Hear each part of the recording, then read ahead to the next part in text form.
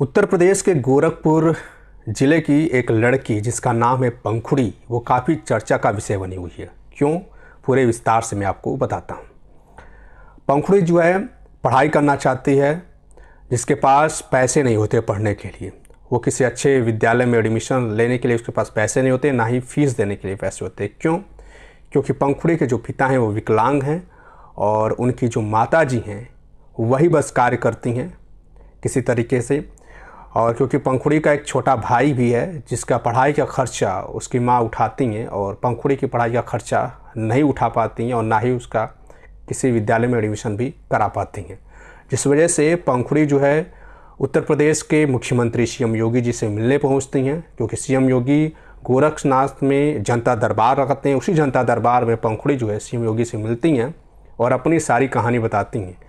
कहती हैं कि पिता विकलांग है, माताजी काम करती हैं, मेरा छोटा भाई है और माँ जो है कि छोटे भाई के पढ़ाई का खर्चा उठा पाती है और मेरा नहीं दे पा रही है। तो मुख्यमंत्री जी आपसे निवेदन है कि मुझे एक स्कूल में एडमिशन करवा दीजिए और हमारा फ़ीस जो है माफ़ करा दीजिए। पक्की बाग में सरस्वती शिशु मंदिर है, वहीं एडमिशन करने की बात करती हैं। पंखुड़ी 1 जुलाई को ही सीएम योगी से मुलाकात करती हैं। इसके बाद सीएम योगी के साथ वो फ़ोटो भी खिंचवाती हैं। योगी ने पंखुड़ी से वादा किया, उन्होंने कहा कि तुम देश की बेटी हो, तुम्हें पढ़ने का पूरा अधिकार है। मैं सभी अधिकारियों को आदेश देता हूं कि तुम्हारा जो है अच्छे स्कूल में एडमिशन हो और तुम्हारा जो फ़ीस हो वो पूरी तरीके से माफ़ हो। ये सब सुन करके पंखुड़ी जो है अपने घर के लिए चली जाती हैं। 5 जुलाई को, यानी कि 4 दिन बीतने के बाद 5 जुलाई को पक्की बाग में सरस्वती शिशु मंदिर है, जहाँ पर वो अपने परिवार के साथ एडमिशन के लिए जाती हैं।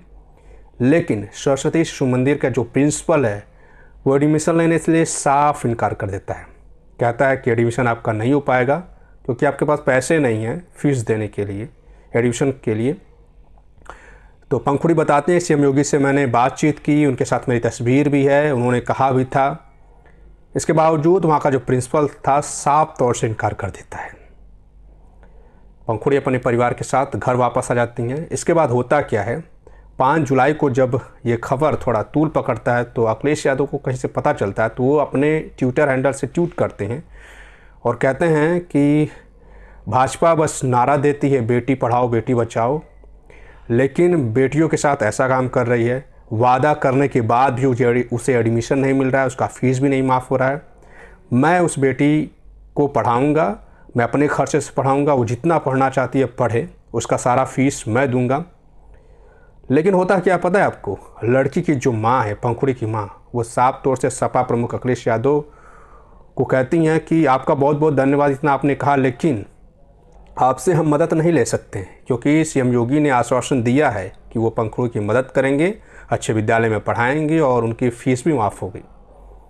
अब सोचिए इतना कुछ हुआ, अब धीरे धीरे मामला तो आ गया सबके जानकारी में।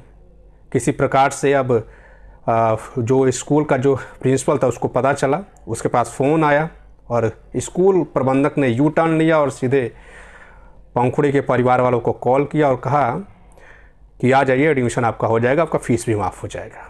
तो ये पूरा कहानी है पंखुड़ी को लेकर के। पंखुड़ी का एडमिशन होता है, विद्यालय जाती है, काफ़ी दिनों के बाद काफ़ी खुश जो है ड्रेस पहन के विद्यालय के लिए रवाना होती है। तो ये पूरी कहानी है, सोचिए। यानी कि जनता दरबार में जाने के बाद करीब 5 दिन के बाद उसका जो एडमिशन हो पाता है। इस पूरी घटनाक्रम को लेकर के आपको क्या लगता है? क्या अखिलेश यादव के ट्वीट से यह सारा कुछ संभव हो पाया, या फिर बीजेपी लंबे इंतजार के बाद वो सब कुछ अपने आप ही की है, या फिर कहीं ना कहीं योगी जी के पास जो है कहीं ना कहीं संदेश पहुंचा कि पंखुड़ी का अभी तक एडमिशन नहीं हो पाया, वहाँ के जो प्रिंसिपल है स्कूल के वो मना कर दी। इन तमाम बातों में आपको क्या लगता है, हमें कमेंट करके ज़रूर बताइएगा। नमस्कार।